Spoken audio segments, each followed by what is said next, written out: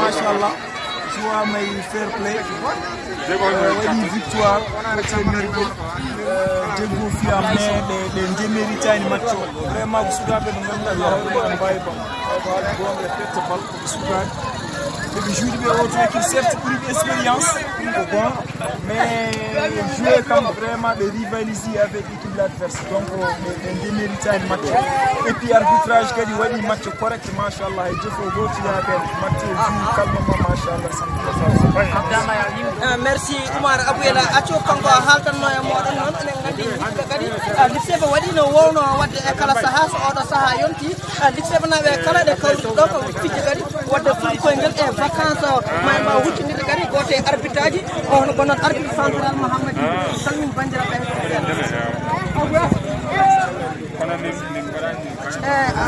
arbitre central o noon ko tampuɗo seeɗa ɗum noon enen jokka huccindirde e Malaw Sow Malaw hol yendema e ballon balo sina ko yende jam jimi hen non taw yala mo tan non balo ko se non ndu hitande jodade ha wuuri arti taw fédération waɗani bal walla bal waɗani lycée ɗum waɗa meeɗa wadde on so tawi balo fuɗɗi ñawgal tan fuɗɗini ni yo fuɗɗo yo worto e dow jaame cellal kadi matchaji ɗi kadi fuɗɗiri ni hay tana goto yaa tan yaaki fo yawru ni eɗen ñaago tan kene fof ko non ko fijji e jouruji ɗi e mbatta hakkillaji arde hajje arbitre ji mbatta kadi kañumen cinno on mbaɗana fuɗi waɗi ɗi fof wonon ko jiɗa ko ene hamni ha ɓurti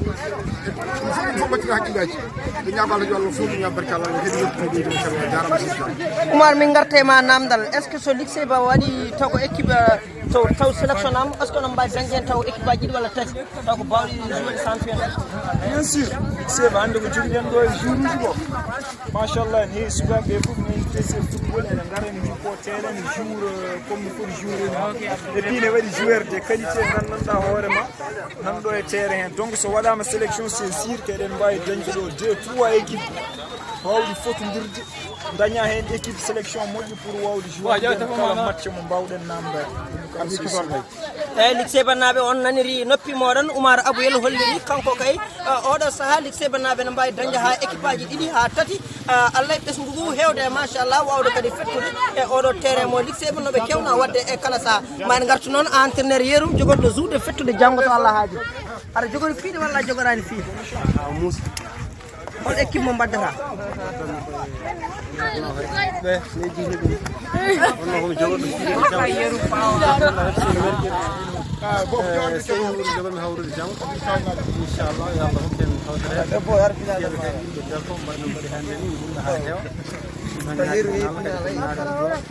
kubo ko an jeeɗum walla inchallah ko mari gallaɓe fay ko lega wayri rewdo hen Malaw hikka kadi kubo rewat jeere nde feccire ɗum faya galle mabɓe ɗum noon enen ketti Malaw ko janggo ɗum jogori ladde so jeno haaji tawi signa hol yende ma e football mo lycée to yawo aga bof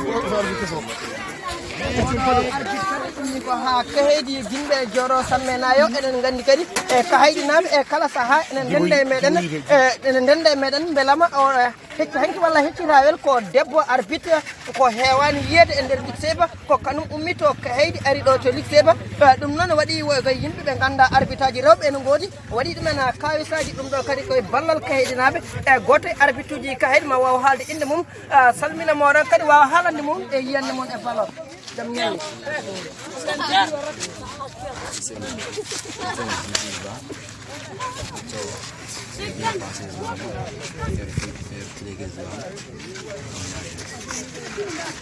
ewo oɗon kewi dañde caɗele e jour uji dembile dañde caɗele e jour uji jour uji fotani wonen ko jiratton match o waɓi tan bonni wonen wona ɗum jirat kono kam alhamdulillah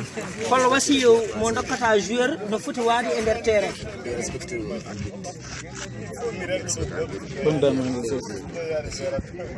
en ji o wi kala joueur yo respectu arbitre enen gandi ko arbitre woni guinol golle ko arbitre woni président so naati e nder terrain ɗum noon service ko net ɗum noon joueur so yiiɗa hebde carton yo tinno respecta arbitre ma en gartu kadi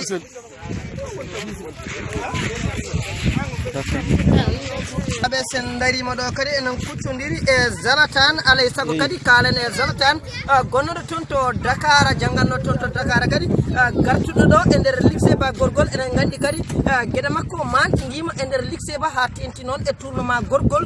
toon to Nouakchott lamorgo leydi Mauritanie en gandino kadi ene wona hitande kadi hawo nawi lycée ba final enen gandi noon Zlatan sen mbi Zlatan enen gandi o wiyete ko Mamoudou Sow noon ma waw salminde bandiraɓe